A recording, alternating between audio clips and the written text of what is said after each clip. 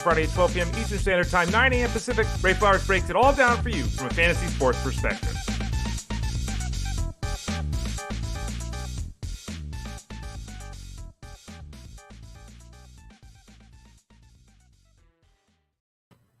Hey there, everyone. Ray Flowers of FantasyGuru.com. Hope you're all doing well, having a good start to your day. I just realized my hair is a little bit, yes, I do have some hair. It's a little poofy for those of you looking at it on Twitter X or on Instagram, or excuse me, Twitter X, Facebook, or YouTube. I should have just gone. I threw myself off by not going with the normal open. 'Tis mornings when you're Ray Flowers. I'm much better in the daytime, much better in the evening. Unfortunately, the show is in the morning. You got to deal with me every day. So thank you for dealing with me every day. Really appreciate you joining us here on Fantasy Sports Data. I am Ray Flowers. Follow me on Twitter X, Instagram, all the spots at the Ray Flowers. You can obviously find me over at fantasyguru.com all the time. The SiriusXM Fantasy Sports Radio Show is the Elite Sports Show with Jeff Manns. That's 3 to 6 Eastern, Monday through Friday. I'm on with him every Wednesday. And I'm here with you 4 days a week. Monday through Friday, Fantasy Sports Daily is live at 12 o'clock Eastern Standard Time, 9 a.m. Pacific Time. Justin Fensterman hosts Wednesdays. I do Monday, Tuesday, Thursday, Friday. It's a Friday. I'm here. We'll visit with Russell Clay. I'll throw up on the screen what we're doing in a bit here. We'll visit with Russell Clay and talk some Thursday night football and preview things moving forward. Russell's always on with us on Fridays to talk football. We got another week of baseball. So we'll talk baseball for one more week, and then we'll really transition hard into football. As I mentioned on the show yesterday, it's not a guarantee, but we're thinking about doing some college football on the show on Fridays. And for those of you wondering why we would do that, people love college football, right? It's not my jam. It's not my thing. But I know a lot of you do. We have coverage over at fantasyguru.com. We have a great team that's working hard, producing tons of great content to help you have success if you're playing any form of college football. So we'll probably talk with some of those guys next week. And speaking of that, click on that subscribe tab in the top right corner of the website at fantasyguru.com. We're really proud of the product, and I think for good reason. I don't think it's being a braggart or anything like that to say that it's a great product, that we've got a great team, that we provide great content. We do videos, we do articles, we do chat rooms, we do live streams, we do shows, we do everything to try to make the experience better for you. If you haven't signed up yet for fantasy football, what are you waiting for? We can still help you. I know it's week 3, and oh my gosh, doom and gloom, I'm 0-2. We can help you. Subscribe tab, top right corner, fantasyguru.com. You want to start playing DFS football? You want to play cash games? You want to go GBP and try to win hundreds of thousands of dollars? Subscribe at the top right corner, fantasyguru.com. You want to get involved with the wagering? Guess what? Subscribe at the top right corner, fantasyguru.com. We have all 3 of those packages for football. You can combine all 3 packages into one. If you want to get all that we do for football. And you can also do the all-in VIP plan. The platinum plan that we have at fantasyguru.com covers everything. So that's every article, every show, every podcast, every Discord room, every sport. So send a note to support at fantasyguru.com. Support at fantasyguru.com to help you out there. And then also, if you want to pick up baseball for the last week, you want to do some wagering for the last week, you want to do some DFS for the last week for baseball, hit us up at support at fantasyguru.com. All right, let's talk about the show directly today. What are we doing today? We can't talk about anybody other than Shohei Ohtani. He's behind me there, and I know he's wearing an Angels jersey, but the picture just framed so well behind me, I thought we'd go with it. We'll talk about Shohei Ohtani. We'll talk about Isaiah Kiner-Falefa, Brandon Donovan, Garrett Mitchell, Pavin Smith, Michael Conforto, Michael Harris, Matt Olson, Vlad Guerrero, Luis Ortiz, Zack Littell, Edward Cabrera, Logan Gilbert, Clarke Schmidt, Joey Cantillo, Simeon Woods Richardson, and then an update on Lindor and Gausman health-wise. And again, in about 25-30 minutes, we'll talk with Russell Clay. We'll review what happened last night with the Patriots and the Jets victory. We'll talk about what happened in the Jets backfield. How did Aaron Rodgers look? Who is this Alan Lazard guy? Is he back in our lives? Is Mike Honcho back in our lives again? We'll talk about that. We'll also discuss some backfield scenarios. The Seattle situation, the Tampa Bay situation, the Houston situation. What's going on in the backfield this week? What's up with all these injured tight ends? Engram, Kittle, and Njoku. Kittle popping up yesterday. May not play this weekend. We'll talk about that. Where do we turn this weekend at the tight end position? And then thoughts on the IR and fantasy. And this has come up a lot. We were talking about this in Discord yesterday over at fantasyguru.com. We'll dive into this more deeply. I wonder if Russell's going to disagree with my thought. You might even disagree with my thought. I've seen a lot of problems with people like Deebo Samuel. He's out, but he's not out. He's on the IR. I can put him on my IR in this league. In this other league, I can't put him on the IR. Evan Engram in this league is on the IR because he didn't play last week, but because he hasn't been ruled out this week, I have to take him off the IR. We'll talk more about that situation with Russell Clay here in a little bit. All right, Shohei Ohtani, and there he is over my shoulder. And people are talking about this, and, is this the greatest fantasy game of all time? It's one of the greatest fantasy games of all time. Now, Mark Whitten hit 4 home runs and had 12 RBIs in the game. Carl Crawford went 4 for 4 one game with 6 steals. 6. Sean Green had 4 home runs, went 6 for 6 one game. So those are some 3 games I thought of really quickly when I was asked in Discord, and it was commented in Discord at FG, is this the greatest game of all time? It's certainly in the mix. And when you add everything up, power and speed, it might be the greatest fantasy game of all time. Ohtani last night went 6 for 6, had 3 home runs, 2 doubles, stole 2 bases, and drove in 10. I mean, it's just, I'm looking at my Tout Wars team, and he's on there, and it's just like, I mean, this is just gorgeous. 10 RBIs. Great players don't get 10 RBIs in a week. Great players don't hit 3 home runs in a week. Great players don't always steal 2 bases in a week. Did it all in one game. And, he hit the 50-50, the magical 50-50 mark. I saw some people oddly, and I think it's just where we're at as a society now. I saw a guy complaining to Jeff Mans on Twitter about why is this thing with Ohtani such a big deal? There have been better players than Ohtani. There's players that have had better seasons. Can we just celebrate Ohtani doing something that's never been done before, going 50-50? Can't we just do that? Like, do we have to tear down Ohtani to say that Acuna was great last year? I don't think we should be doing that. Ohtani went 50-50. No one's ever done that, as stated before. Arguably the greatest game we've ever seen in terms of the fantasy outlook. As I have said repeatedly, he is the greatest baseball player who's ever lived. There are players that have done A better or B better or C better or D better. But in terms of everything you can do, being an all-star elite level pitcher and being an all-star elite level hitter, no one's ever been able to do that at the same time. We could talk about Babe Ruth, and yeah, he was a pitcher, but then he became a hitter. And there have been guys that have kind of double dipped and all that. But in terms of being able to do it all at one time, who's ever been a better baseball player than Shohei Ohtani? So now, is Shohei Ohtani the number 1 pick next year? This year, the number 1 pick was Acuna, according to everyone, and we know how that went. I think there was some trepidation, and I shared some of this, right? Of taking a player who's UT only in the first round. Now, again, in Tout Wars, I did it. But I think there is some trepidation because, again, there's been many times in Tout Wars this year where I'm looking at my team, and it's like, boy, I just don't have flexibility. Like, I got to make a move on waivers differently than I normally would because Ohtani's in my UT spot. I just don't have that. I don't have that flexibility of moving him around or moving someone else into the UT spot, right? So there is some of that. Now, when the guy goes 50-50 and, it's the MVP, doesn't matter at that point, right? But what if it's 40 home runs and 26 steals? Is that worth the number 1 pick? We saw this again with Acuna failing this year to live up to expectations. We're seeing it right now in football with Christian McCaffrey failing to live up to expectations. I said it this year for baseball. I said it this year for football, and I'll say it next year for baseball. Just because everyone's doing A doesn't mean you have to do A. So it'll be really fascinating to see if it's just unanimous like it was this year with Acuna. It's got to be Shohei Ohtani. That's point number 1. Point number 2 is, what is his production going to be next year? Is he going to go 50-50 again? Can't expect that. Is he going to go 40-40 again? I don't think it's fair to expect that. I would set my expectations at 35-20 as we're sitting here right now. Now, if he goes 35-20, I'm going to be pretty happy with that. There'll be people that are disappointed with that. Would you be happy with 35-20? And the biggest question, which I did see also mentioned in Discord over at fantasyguru.com, is what does next year look like? We've heard recently that Ohtani's been throwing, and there's a chance that Ohtani could see some work out of the bullpen in the playoffs. There's a chance that could happen.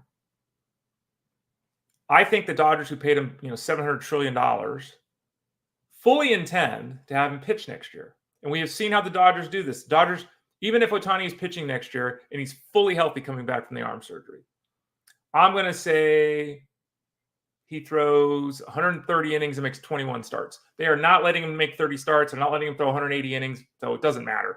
It's going to be 22 starts and 125 innings, something like that. Are they going to do that? Is it worth doing that?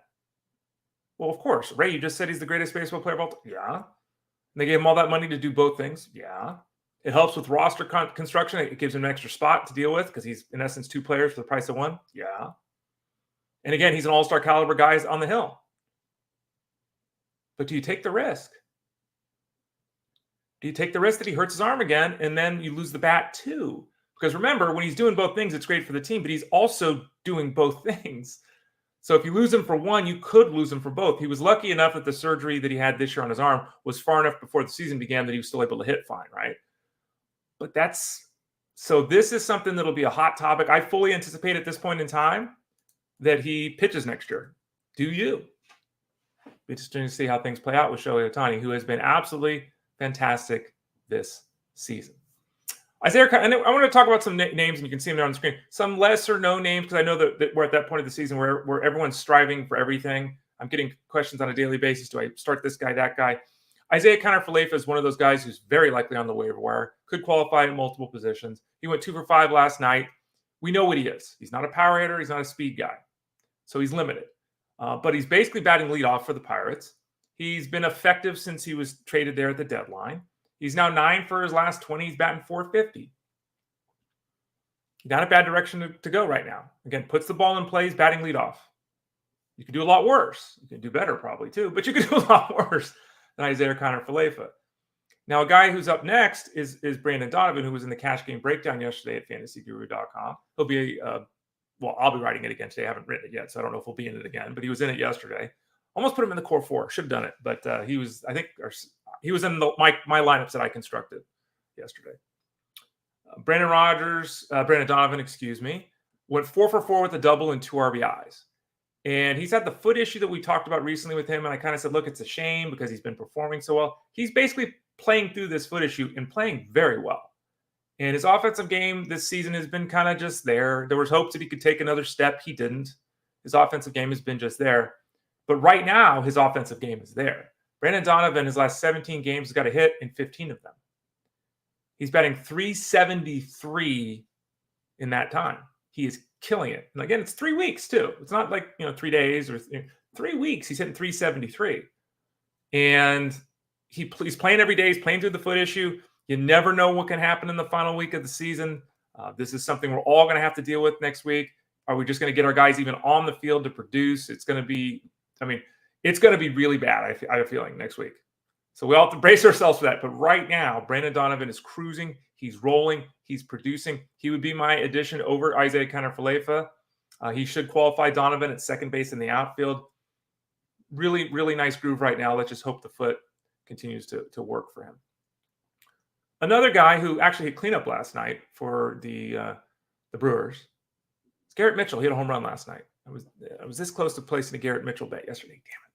On the hit run RBI prop, he hit a home run, so he would have obviously hit that.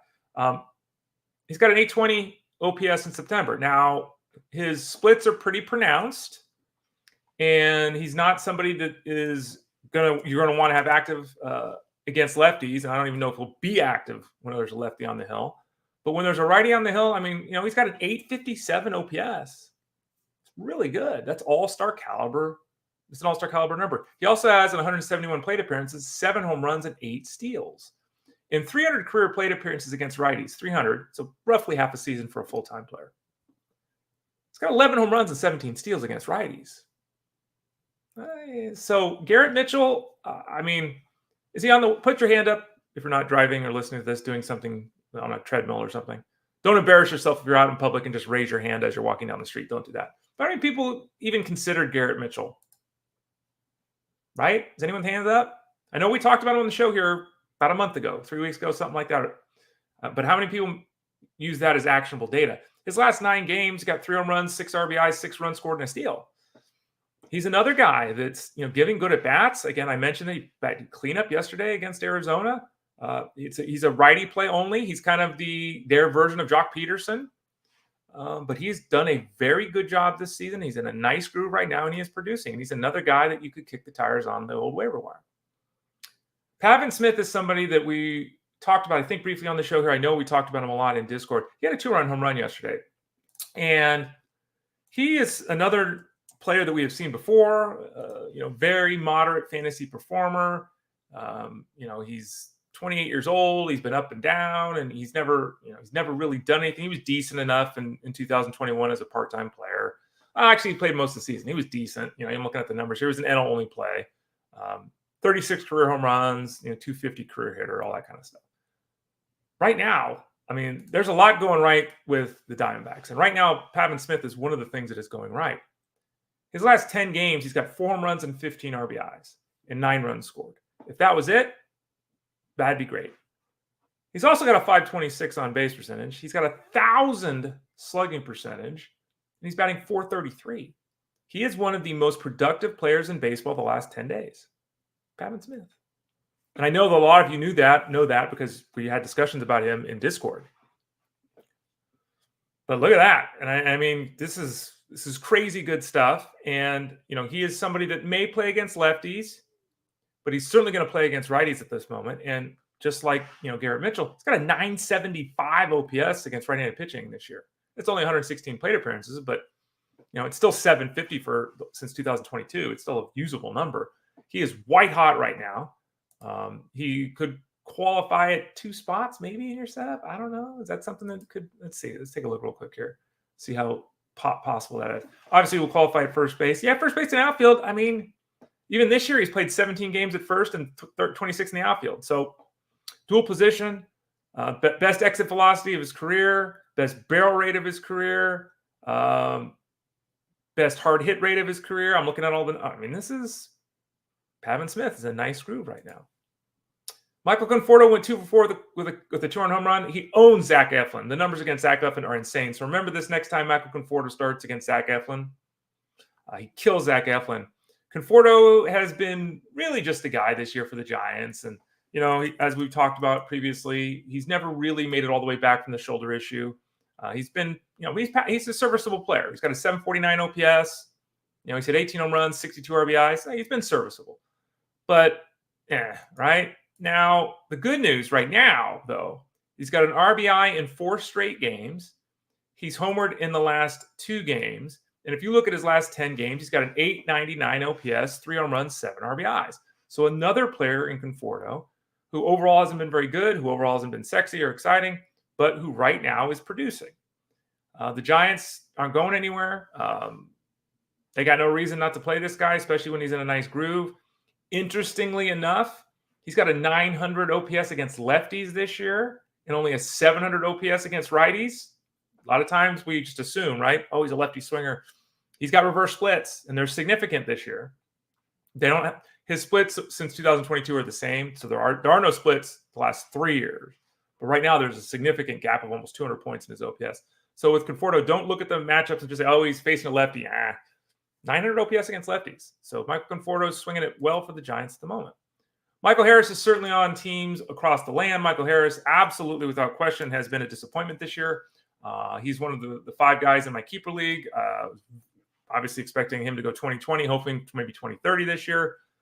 No, he's at 15-9. And you look at his numbers, and he's got a 696 OPS. Not good. He's been hurt. He's been unproductive, and he's been disappointing. He also has hits in 8 of his last 9 games. He doesn't just have hits in 8 of 9 games. He also has 10 RBIs and 11 runs scored. But it's not just that. He has 6 home runs his last 9 games, including 4 home runs the last 3 games with a home run in every game. Now, he's not on the waiver wire, so I just wanted to spotlight him because obviously you're not running the waiver wire to add Michael Harris. If you are, booyah to you. But there will be a lot of talk next year. Remember this discussion come January next year. There will be a lot of talk next year about Harris and how he had a terrible season, but did you see his September? And this is what we all do. Oh, the last thing we see is what we remember. Did you see he hit 180 in September? Oh. He had 7 home runs in September and batted 290. Oh. By the way, Harris batting 340 the last 9 games. This is great to see, and it is hopefully a nice springboard toward him having success next year. And at the end, he almost went 20-20 each of the last 2 years. Didn't get there either year. Didn't play 140 games either season. It's a 3rd straight year where he's going to be under that mark. He's only at 101 games right now. He is a legitimate 2020 player. He is. It's got to all come together. And next year, I mean, he'll be what? He's 23 right now, be 24 next year. Birthday's right before opening day. I'm still going to be in on Michael Harris. Been rough this year, but he's blazing right now. Vladimir Guerrero is another guy, just to point it out with Vladimir Guerrero, because I was very harsh on Vladimir Guerrero, and it's about the time I was very harsh on Guerrero is when he decided to become one of the best hitters in baseball again. Vladimir Guerrero went 3-for-4 with a two home runs yesterday, even stole a base. He has 30 home runs now for the third time, and he has been elite for half the season. He's got 22 home runs his last 75 games. So there's the 40 home runs we saw from him years ago. The first 75 games, he had 8 home runs. So that's the deal with Guerrero. His mates have let him down. Bichette, the finger's broken, I guess. He's on the injured list. We were laughing about it yesterday here. This season's over. It's been a total mess. The Blue Jays have not come together or played as anticipated at all. Vlad's on the cusp of a 320, 30, 100 season. That'd be the second time he had 100 runs, the second time he had 100 RBIs. It'll be the second time he's hit 300. And it's easy to forget he's 25. Like, in theory, he's still well within his prime and potentially could still improve. And if this is who he is, this is great. This is going to be the second best season of his career. Remember, though, for half the season, he was just a guy. So who is Vladimir Guerrero? For the majority of his career, through 6 seasons now, he has failed to match the expectations. He's still been really good, but remember, these expectations were, this guy's going to the Hall of Fame. This guy's going to be a better hitter than his dad. Hasn't happened. He's been very effective. He's been very productive. This year, he's been insane in the second half, and his overall numbers are terrific. We'll have to revisit this next year when we then, once again, decide if a guy with a 7% launch angle is somebody that we should be looking at for 35 home runs a year. And the answer is probably not, because he's hit 35 home runs once. But we'll see. Let's talk about a couple of pitches here. We'll get in again in a few moments. We'll talk some football with Russell Clay. Luis Ortiz of the Pirates, who I actually, in my Dynasty League, we have 45-man rosters. I want to say I added Ortiz about this time last year. But anyway, he's on my team this year. He's on my Dynasty League team. He's on my Tout Wars team. Yesterday, he gave up a couple runs in 6 innings. Got a no decision against the Cardinals. But he's pitched really well. Now, he's got stuff that pops at times. The repertoire isn't deep. There's unevenness there. He's not a big strikeout guy, despite throwing 96, 97 miles an hour. He's been very uneven this year. He's been kind of like Vlad Guerrero. He had an ERA of like 0.8 his first 4 starts. Then over his next 5 starts, the ERA was like 6. And then the last 5 starts, the ERA is like 3. So he's kind of all over the place. And part of the reason he is all over the place is because he doesn't miss bats at a level that we really want. And when you have all those balls put in play, there's a lot more variance to your production, right?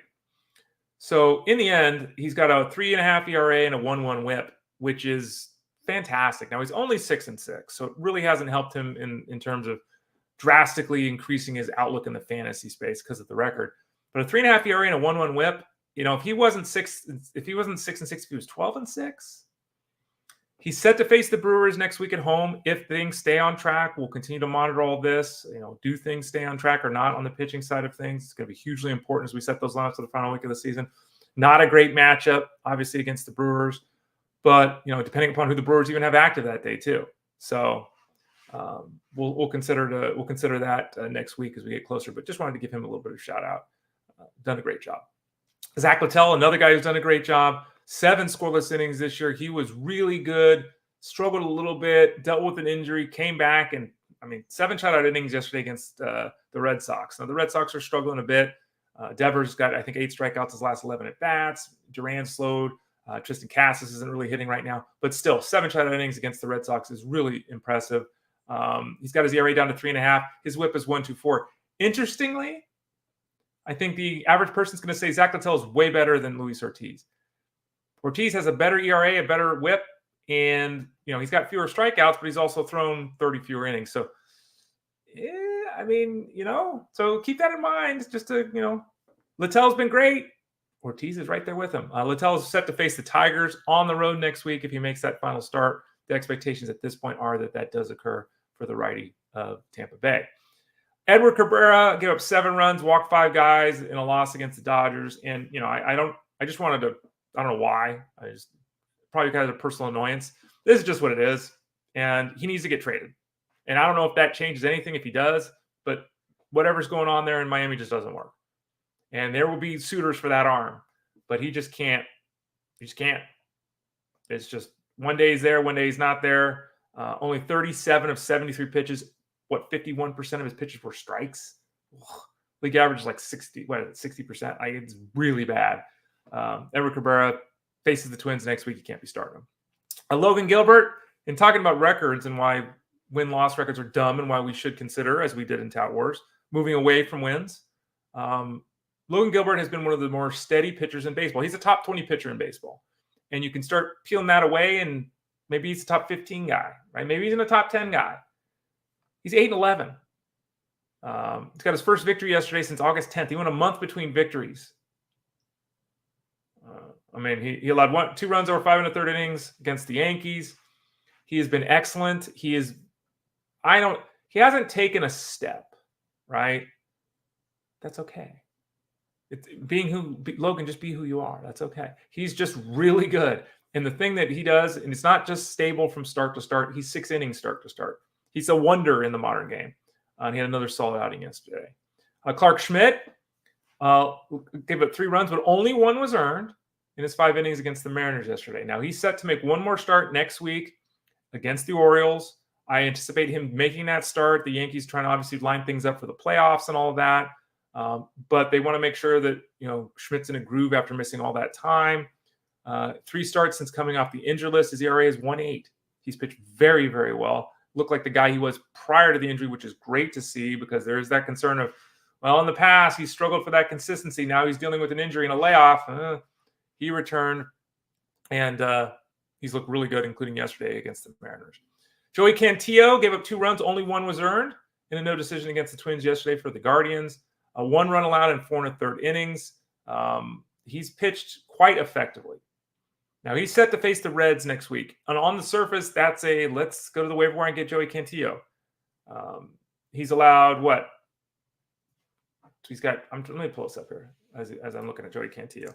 I'm going to say he's allowed 3 runs and 3 outings. Does that sound right to you? I don't know if that sounds right to you. Let's see if it sounds right to me. I'll pull up the data and we'll figure it out together. It's 3 runs and 4 outings. His last 4 outings, he's given up 4 walks, no home runs, struck out 23 guys, and allowed 3 runs in 18 innings. That's dynamite work. Now, one of the outings was against Chicago, the White Sox, one against the Rays, okay. But one was against the Royals and one was against the Twins yesterday. So he's definitely in consideration next week. He has 1 outing this season, 2 outings this year of 5+. So we haven't got a lot of depth. He certainly looks much better since he's returned than he looked prior to the demotion. But he is definitely in play next week against the Reds. Simeon Woods Richardson threw 4 2/3 innings yesterday. Look, give up 1 run. Here's the deal with Simeon Woods Richardson, and you know this if you have him. He's gone full Garrett Crochet. He's been pulled before completing 5 innings in 5 straight starts. So Crochet, Simeon Woods Richardson, these guys, Simeon Woods Richardson faces Miami next week. If he's going to go 5 innings, there it is, right? That's a beatable opponent. But is he going to do it? 5 straight games without going 5 innings makes it very tough to trust him on the hill. We'll visit with Russell Clay here in a few moments. Just a couple of notes on the couple injured guys. Francisco Lindor is still out of the lineup. You obviously know that. Lindor has a chance to return this weekend. That's the word we're hearing because of his back issue he's dealing with. It is not a guarantee that we're going to see him this weekend. If you have the ability to change your lineup today, which I think a lot of leagues allow you to, even if you can't do it every day, a lot of leagues do the Monday, Friday thing. Luis Angel Acuna has done well enough. They got to get, Lindor right. I don't know if he plays this weekend. I'd be very cautious about starting him this weekend unless you really had no other opportunity or option. And then finally, Kevin Gausman left his game yesterday with lower back tightness. He had a no-hitter going, so that's unfortunate. He then had this to say after the game when they're talking about, where's he at physically. Weird day for me, Gausman said. I had a no-no and came out of the game, but that just being smart and thinking about my 1 start left. You also don't want to go into the offseason with anything physical. I really don't want to think that today was going to be a day where I was going to throw a no-hitter. To be honest with you, how bad I felt physically. I don't know how I did it. Didn't give up hits, unquote.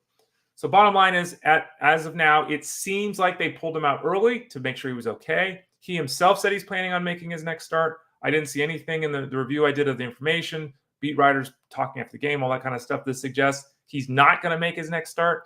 That could always change, of course. As we talked about, the Blue Jays have nothing to play for, but it seems very reasonable to expect at this point that Gausman is available next time out. It's also very reasonable to expect he doesn't make that next start. So keep an eye on the news throughout the next couple of days and make sure you have options to turn to if you're counting on Kevin Gausman making that start next weekend. All right. So there's some baseball talk. Let's do some football talk. It's Fridays, and on Fridays we talk with our man, Russell Clay. You might know him. He's over at fantasyguru.com. You can find him on Twitter X at Russell J. Clay. He does a lot of things. He does live streams. He does betting. He does dynasty. He does seasonal. He does a lot of things, but he doesn't play the piano. I don't know why. We're working on him getting the piano, the chops. Russell Clay, how you doing today, bud? Oh, what's going on, Ray? Good to see you. Good to see you too. Yeah, we're still hoping one day you and Norm will serenade us with a symphony here on the show. We're hoping. One day I will play an instrument of some sort, and it'll probably be on this show. So there you go. All right. I can't play any instrument to save my life, so I'd love for you to. Yeah, you either? No, nothing, dude. I could barely play Hot Cross Buns on the recorder, so, you know. I say my talent is writing and talking. It's definitely not singing or playing anything. Right. My lady plays the flute, the piano, the guitar, yeah. So she can do it all, which is good. I figure if she can play like 5 instruments, that covers me for being able to play like -5. So we're okay. Let's talk a little bit about the game last night between the Jets and the Patriots. It went as expected. The Jets won the football game 24-3.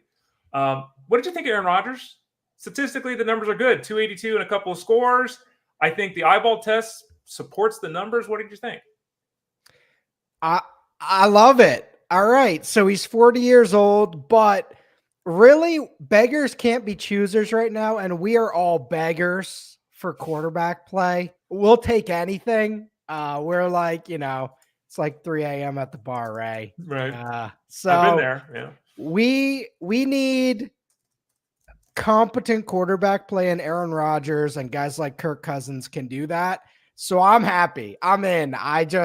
League-wide has been a nightmare this year. So it's nice to see Rodgers being able to do that. And then I am a little weirded out that, through 3 weeks, Garrett Wilson hasn't really emerged as that fully featured guy with Rodgers. But I just, based on Rodgers' history, it's only a matter of time, right?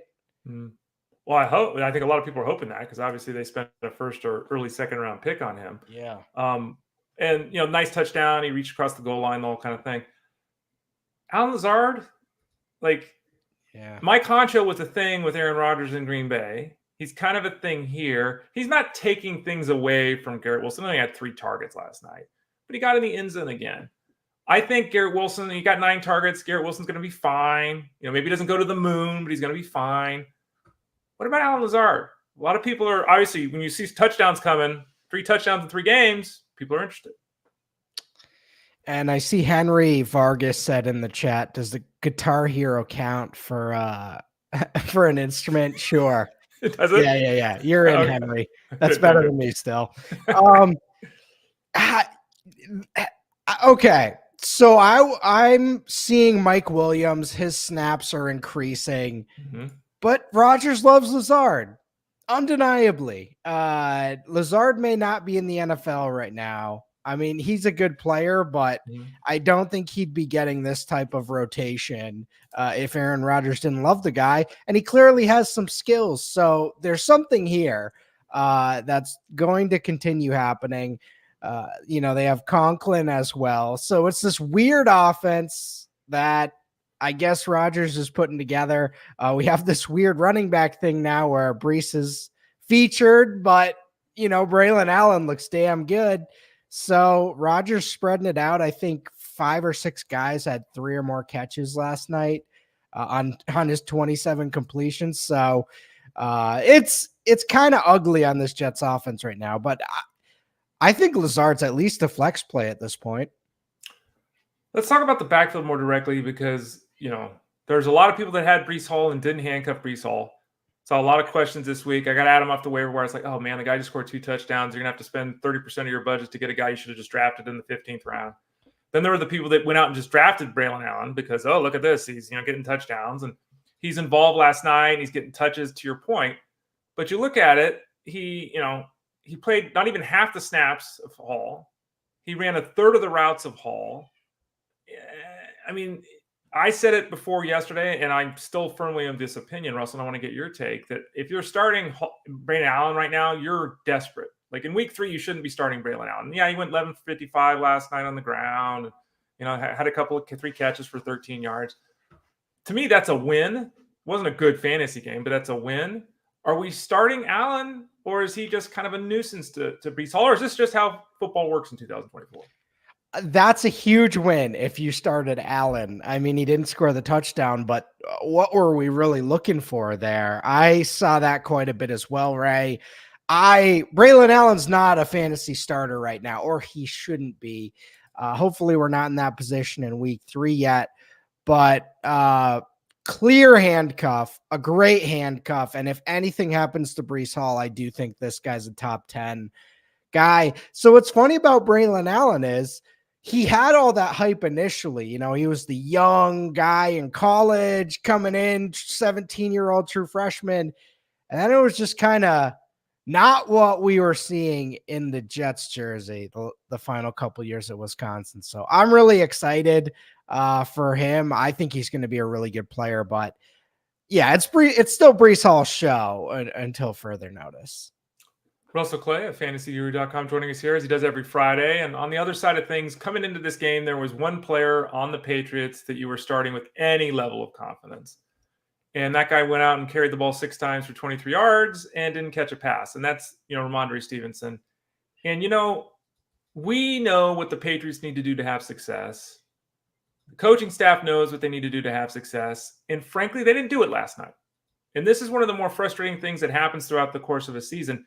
If you're giving the ball 6 times to Ramondre Stevenson and he's not hurt, you're losing every game. You're losing every game. So we're going to get all the talk now. We got to get Stevenson involved. That was a coaching mistake. The bottom line is we didn't see him last night. What are your thoughts on Stevenson? Does last night's lack of usage change your thought process with Stevenson if I were to say to you, he's running back 20 to 24 every week? Does it change that for you, Russell? That's a tough one. He kind of did Lucy with the football on us there last night. So I still think Stevenson's a starter, but what we have to acknowledge is this Patriots team against top defenses, while Jacoby Brissett is starting, there's just not much there.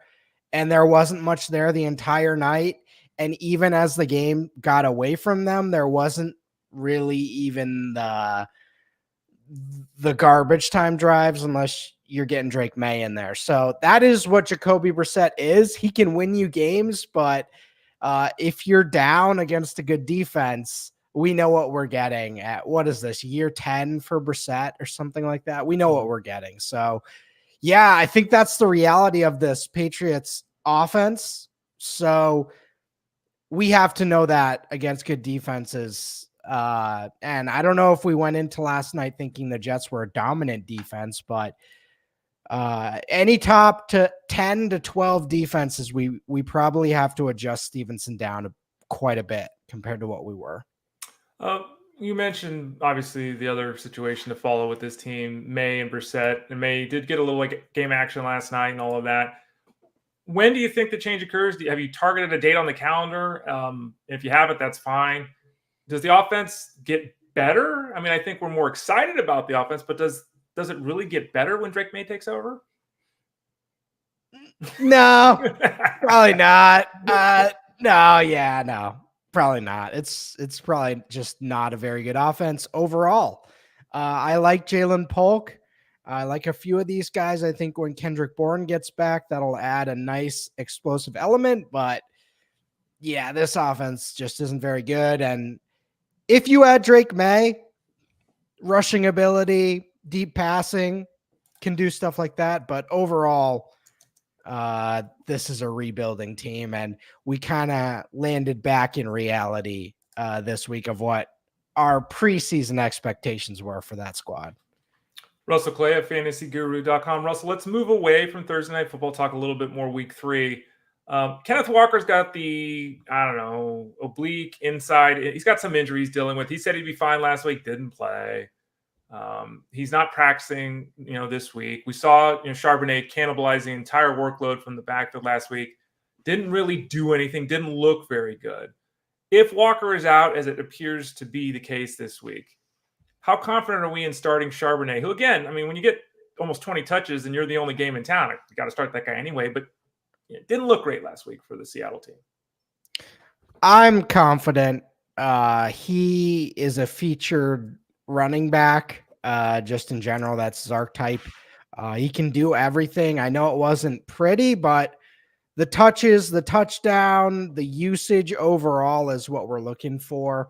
And that Seattle team is going to be a real problem to defend. So that's what we got to look at there. Charbonnet with 20 touches, that doesn't grow on trees anymore. So if you have a guy getting 20 touches, even 17 to 20 touches, which is probably more his range, that's huge. That's really hard to find. As we just said, people were thinking about starting Braylon Allen. So if you have Sharb in that RB2 spot, you're going to be just fine. I know the efficiency wasn't great, but overall, it can't all be pretty.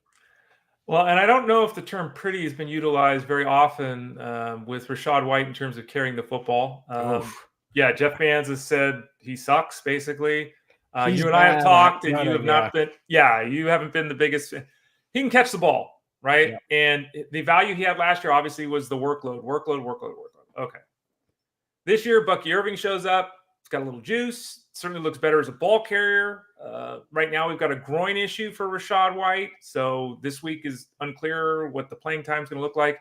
Let's do two things. One, if White is out, are you gung-ho starting Irving this week? And secondly, let's say both guys are healthy moving forward. What's this backfield going to look like? Is White going to continue to get 18-plus touches a week? White's so bad between the tackles. I found myself wondering if he's just going to move to slot and become a slot receiver. You think they would do that? Huh? You think they'd honestly do that? I don't know, but it feels like he is a zero as a runner, and he's very, very good as a receiver. So I'm very curious how that evolves for him, especially in his later years, and maybe just turns into a full-time third down back. Irving clearly more juice between the tackles, as you mentioned. If he gets the start, I do wonder if they're going to bring in some random guy to take those third down touches. But yeah, Irving, he doesn't have more upside than Rachaad White, but in terms of a guy who's getting 10 to 15 rushing attempts in that offense, I think it's going to look a lot cleaner than what we saw the last couple years with Rachaad White. So I like Bucky Irving, very, very talented inside runner, a little unproven as a receiver. We'll see how that evolves. But yeah, again, another guy you would definitely put in your starting lineup if Rachaad White's out. It's week 3, and there's already panic in the streets. There's been a lot of injuries already this season. And a team dealing with now 2 injuries in the backfield is the Houston Texans. Joe Mixon's got an ankle issue. He's not practicing. Damian Pierce has got a hamstring injury. He's not practicing. We might see Cam Akers and Dario Ogunbowale this weekend. Like, that could legitimately happen. If that does happen, Tyler Beaker, I asked earlier in the week, he said, look, Ogunbowale in a PPR setup, maybe there's something there. What are your thoughts? If Mixon and Pierce are both out for the Texans, what are we talking about? What are we looking at with Cam Akers and Dario Ogunbowale? Not great, Ray. Not great. Okay. Cam Akers did look all right last week. It's the same thing with Dobbins we had, where what is this guy going to look like? He's had so many major injuries. In Houston, could some of them, could him or Dare fall into the end zone for a touchdown? For sure. But we have to keep expectations very, very low. Hell, a month and a half ago, we kind of thought this role was Damian Pierce. So I'm not getting too excited about anything here. And Dare, I've been watching him since Wisconsin, and he's just not what we want for a fantasy running back. Good receiver. Again, he's like a low end Rachaad White where he can catch the ball, but has no explosiveness. And then he's not really a good between the tackles runner. So he is what he is. He probably knows the playbook really well, Ray, and he's on an NFL roster. Right. So shout out to him. And he's a good teammate. He's a good guy. Great teammate. Brings the orange slices. Yeah. Yeah. Orange slices. They used to do that all the time for brother's soccer team, right? You play soccer growing up? Yep. Soccer. Yep. Okay. Yeah. What position? I was fullback in my later years, and then transitioned to I don't really want to play anymore. No. My brother was pretty good. He was a keeper. He was nice. All state and everything. Yeah, he was pretty good. So they were back in the day. Let's talk a little bit about tight ends. We're talking to Russell Clay here on Fantasy Sports Daily. I'm Ray Flowers. We talk to Russell every Friday at about 12:30 Eastern time. The tight end position has been a mess. Travis Kelce's never had worse back-to-back games, on and on and on at this position. We had Evan Engram miss the game last week out of nowhere. He got hurt in pregame. Doesn't look like he's going to play this week. David Njoku hurt his ankle. Doesn't look like he's going to play this week. All of a sudden, George Kittle, we got a report from Adam Schefter yesterday. Kittle's in dire concern about whether he's going to play this week through a hamstring. Do you have a name or two? I know a lot of people were looking at Hunter Henry last night, and he crapped the bed with a couple of catches for 9 yards. If you have Engram or Kittle or Njoku, or you're looking for a burst in week number 3, you got a name or two at that tight end position that you might suggest to the folks? Because people are looking for some help. So nobody wants to pick up Luke Schoonmaker, and understandable. His name's Luke Schoonmaker, but he was a second-round pick for the Cowboys just a year ago, and he had 6 catches last week. So if Jake Ferguson misses time and continues to miss time, I'm a big believer this Cowboys tight end spot is not, it's just a totally replaceable thing. Mm-hmm. You can have more or less talent in this role, but it's basically been the same thing, Ray, since Jason Witten, right? Yeah. It's the same, the same role. Yep. Dalton Schultz, Jake Ferguson, and now we might have Schoonmaker, who was the second round pick. He didn't emerge past Jake Ferguson last year, but when they drafted him, when they brought him in, their intentions were, a second rounder is always supposed to be a starter. So I would look at Luke Schoonmaker if Ferguson does not play. I would just lock him in if you need help, and he's going to get you 4 or 5 catches. He may not look good. It may not be pretty, but 5 catches for 50 yards with, you just described it, with what we're looking at is pretty good. And then same situation, Evan Engram, got paid, had a great year last year. They drafted Brenton Strange really early, which I thought was kind of silly, but they did do that. The Jags did. So he had 3 catches for, I believe, 65 yards last week. Again, we're in an ugly spot. So if you need 8 points, I think those guys can do that for you. If you need more than that, you probably just need a rebound from Sam Laporta or something. Because more than 8, Ray, right now, unless you're talking about high-end guys like Mike Gesicki, it's not really coming right now. I'm going to need Mike Gesicki in my Dynasty League. He's my backup to Kittle. Let's go. I hope that works. Yeah. Yeah. It's been a mess for everyone. The good news is it's been a mess for everyone. So even if you invest early in the tight end, no one's, other than the one game from Likely, really nothing's happened. Yep. All right, let's talk a little bit before we answer some questions in the chat. This question's come up a lot in Discord. I had a discussion last night with Rich Mileto about this. We have the IR spot in football. Not all of my leagues have this. In fact, about half of them do and half don't. In one league I'm in, I actually have 4 players who legitimately are on the IR, right? Then there's other leagues where you have a guy who's hurt. He's out this week or he's doubtful this week. He's not on the IR, but you're allowed in your league to put him on the IR. So talk to us about this, because in baseball, if a guy is hurt but he's not on the injury list, he's just taking up a roster spot. People are clamoring in football, well, if he's doubtful this week or he's ruled out this week, I should be able to put him on the injured list.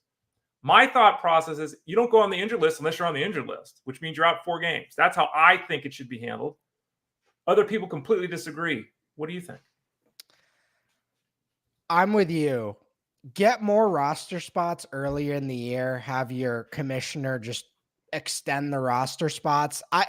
It's just more complication I don't think we need. Right. So I would just have extra roster spots, and then the deeper the league, you're not as worried about the IR spots. If you have 20 roster spots in a redraft league, it's like, okay, well, I can let that guy go.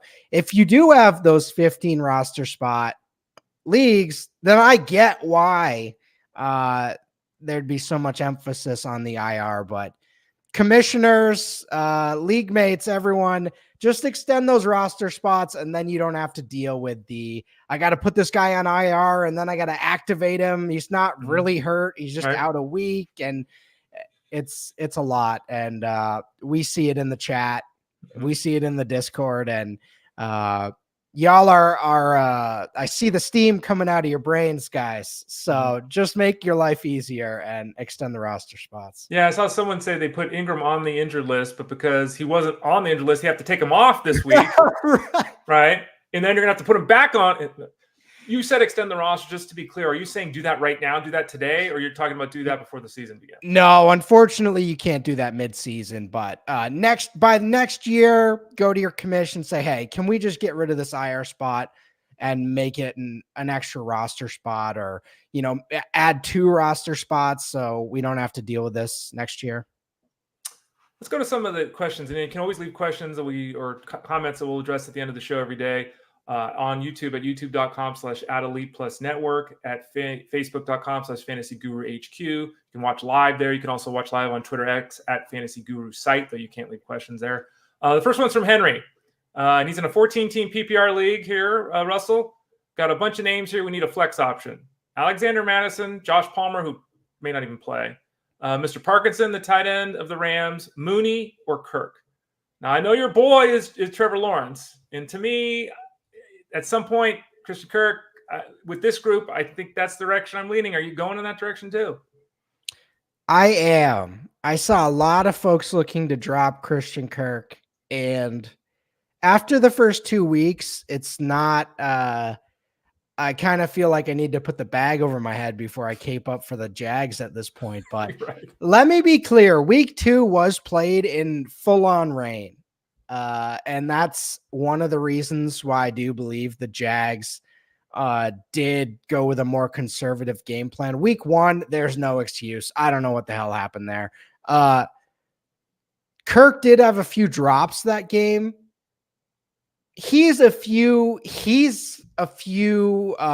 inches away from having many more. He actually had the game-winning touchdown in week 2. It got called back by a stupid illegal formation because Tank Bigsby got hurt, and then they had to play Dearness Johnson when it mattered most, and he was the guy who got the illegal shift or illegal formation. So just keep that stuff in mind. Make sure you're checking at least the box scores to see what happened, because Kirk, you wouldn't be having that question if Kirk had that touchdown.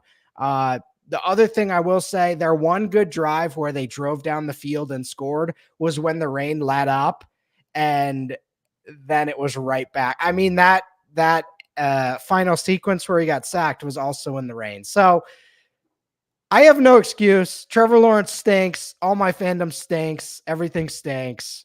But it was in the rain last week. So there you go, Ray. Well, David P says, let's talk Trevor Lawrence. Would you drop Trevor Lawrence? This is a question that's come up a lot, of course. And we see a bunch of names here. Here are the names that David's asking about: Justin Fields, Justin Herbert, Sam Darnold, Gardner Minshew. I'm ruling out Minshew. I'm ruling out Darnold. Maybe that's fair or not. I don't know, but that's what I'm doing. Justin Herbert, I'd really like to believe in, but he's a little bit beat up, and they're throwing the ball 23 times a game. Do you drop him for Justin Fields? I think that's the obvious question. Fields has 1 game. It looks like he's got a pretty good hold on the starting gig. It's not a certainty because we're still hearing that Russell Wilson's hurt. So there's a chance he could lose the spot. What do you do here? So many folks are in this position. I would stick with Lawrence since you have him. Fields, the rushing ability should set him apart, but once they get ahead in these games, the Steelers are dealing with him like it's me out there. They're just saying, we're running the ball, we're getting out of here, and we're getting the win. So now knowing and seeing a 2-week sample size of how the Steelers are working with Fields, which is great. I mean, they're winning games. They're doing it pretty well. And early on in the games, he is creating drives and doing well. But yeah, third, fourth quarter, they are shutting him down. So for fantasy, it's not really like the Bears where they're always in comeback mode. This is a really conservative team with Fields right now. So fantasy upside, and Herbert, golly, Greg Roman. All right. I admitted after 1 week, I was like, okay, this isn't going how I want it to. The Chargers are going to be in a lot of the similar situations. They actually play this week. Super excited for that one. But these two offenses want to run the ball, and I don't blame them. They're winning. So the one is Sam Darnold. I mean, if Jefferson plays, he kind of looks better than Tila right now, right? I got to admit. So great system there in Minnesota.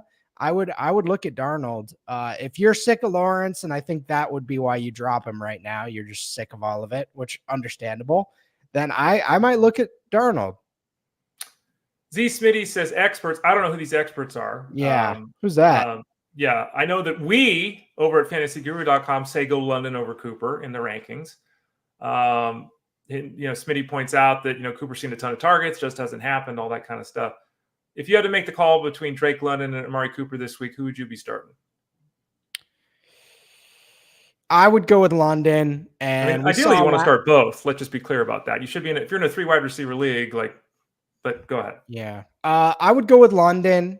London was a 2nd-round pick to begin the year. He had a touchdown last week. I know it didn't come until very late in the game. He made you sweat there. But it does look like Kirko is targeting him over Pitts. I mean, Pitts is in the Jason Witten end of his career role right now for whatever reason. So that is sad to see, but good for London. He is the top weapon in that passing game. So I'm firing away with London. And the only thing I'll say with Cooper, Jerry Jeudy looks competent. Yeah. And I haven't seen, I was shocked. I was watching that game. Of course, I was watching the Jags. He was a problem. Multiple third downs. He was making some great plays. So we saw good Jerry Jeudy, and I think him and Watson have some chemistry there. So that would be my only concern with Cooper, but it's only a matter of time. We know what Amari Cooper is at this point, but you drafted London first, 2nd round. He scored a touchdown last week. I would keep firing with him. Final question, Russ, before we let you go and shut things down here. Looking for some week 3 advice is Steven. Full point PPR needs to fill a wide receiver spot and 2 flex spots. And we got a whole litany of players here. You can see them on the screen. Yeah. There's the Carson Steele, who everyone loves. There's Ladd McConkey, who's in an offense that doesn't throw the ball. There's Rico Dowdle, who's sharing the backfield. There's Chase Brown, who's a running back 2 on his own team. There's Demarcus Robinson, who appears to be the number 1 option right now as a pass catcher for the Rams. There's Najee Harris, who, given this crew, looks pretty spectacular. And then George Pickens. I don't think we're going 2 Steelers here. But what do you think out of this group? Okay. Let me just say, George Pickens, his game last week inspired me to do flag and ref investigations. Okay. Because Pat Surtain took away at least 100 yards on pass interference from George Pickens last week. And he had a 50-yard catch called back for holding. He had the best bad fantasy game I've ever seen. And, shout out to Pat Surtain, who said, those are not getting in the box score against me. He's just taking the pass interference. So I was like, do cornerbacks just do that now? And the answer is no, they don't. But they did in that game. So start George Pickens. He's looking amazing. But yeah, as you mentioned, probably want to go with Robinson or McConkey there is what I would do. We need 2 of them. Carson Steele, I'm not sure I'm trusting yet. Right. We got to see how all that works out. They could rotate like 5 guys this week, but I like the upside of Robinson or Whittington in that offense this week. So we got Pickens and Robinson in there. Who's our 3rd guy? Is it Najee Harris? Are we doubling up Steelers? Oh, 3. We need 3. Yeah, we need 1 more. Then all these other guys, mean, I probably would go with Najee, Steven, and that is not an offense. So I like to joke that when people talk about having guys from the same offense, I say, if it's a good offense, I'm in. Right, I don't really care. That the Steelers and what they're doing, Ray, I don't know if that's the one I want to have two in, but out of those options, I'd probably go Pickens, Robinson, Harris. Yeah, I think it's the best call, even though it's messy. Thanks for all the questions today, folks. Appreciate that. You can do that every day, Monday through Friday here on the show. We're on 12 o'clock Eastern, 9 a.m. Pacific time with Fantasy Sports Daily. Russell is on every Friday, about 30 minutes into the show. The show will be back on Monday again, of course, 12 o'clock Eastern time. I'm solo. That's the one day where I'm solo. I'll break down everything that I saw in week 3 that you need to know. Russ, thanks for joining us today. Really appreciate it. I know you got another show you got to hop onto. What's the next show you're doing? Yeah, so this is the Circa Contest betting show where we go through staff picks against the spread, and we take a look at those and see our confidence ratings for the week on all these games that are insane and wild.